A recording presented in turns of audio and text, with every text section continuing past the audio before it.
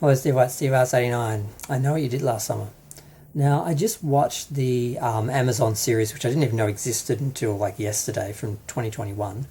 And at the very least, it made me want to watch the original film again. Now, the original film is a classic, really, now. It was done in 1997, so it is now like 27 years old. Yeah. And it was written by Kevin Williamson in the sort of post Dawson Creek era when he was hot. It sort of was post Scream. It sort of followed in the wake of Scream's success without being the self-referential deconstructionist sort of version of horror that Scream was. And it had a all-star cast of recognisable actors, of course, like, Sarah Michelle Gellar, Jennifer Love Hewitt, Ryan Phillippe, Freddie Prinze Jr., Anne Heche, Johnny Galecki. They're all in it, and it was really great. I loved it. It is really hard to do reviews and criticism of film if you like it because there's less to say.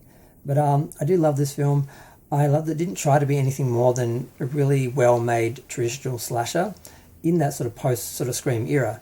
And it made, I think, $72 million dollars, and then $53 million worldwide, including, of course, Australia.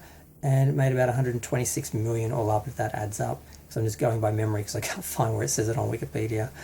But it's a fairly simple story. Kids partying, driving home, hit a guy on the road, decide to hide it because they don't want to ruin their lives, over someone they can't help him by, them, going to jail.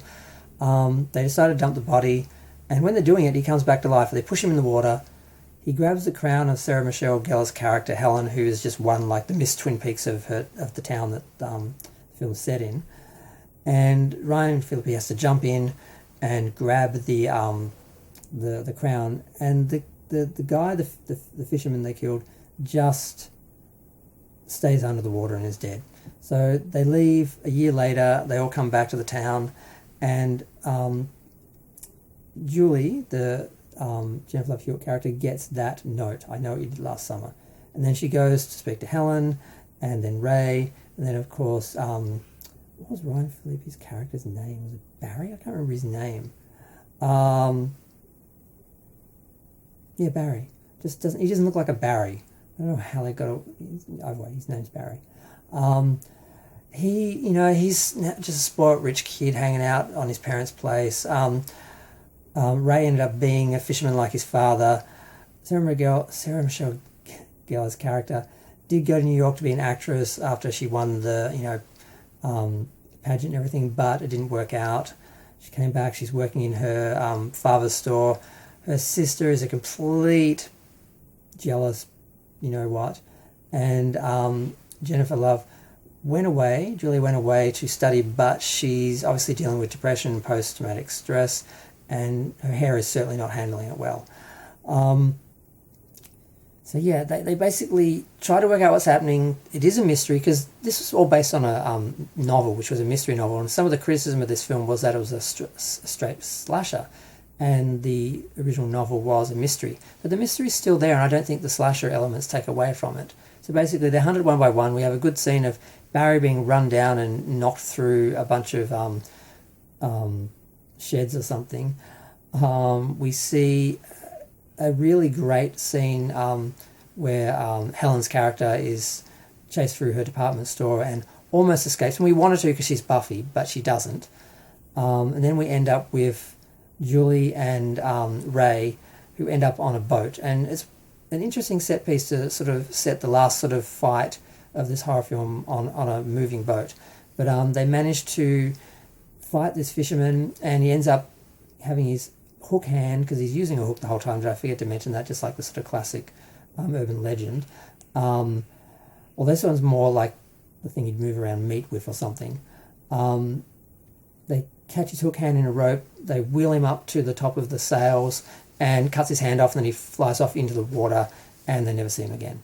Now, the next year, we find Julie at college. She's doing better, but she sees in the bathroom on the mirror, "I still know," and then something smashes through the glass, and that's the end of the film.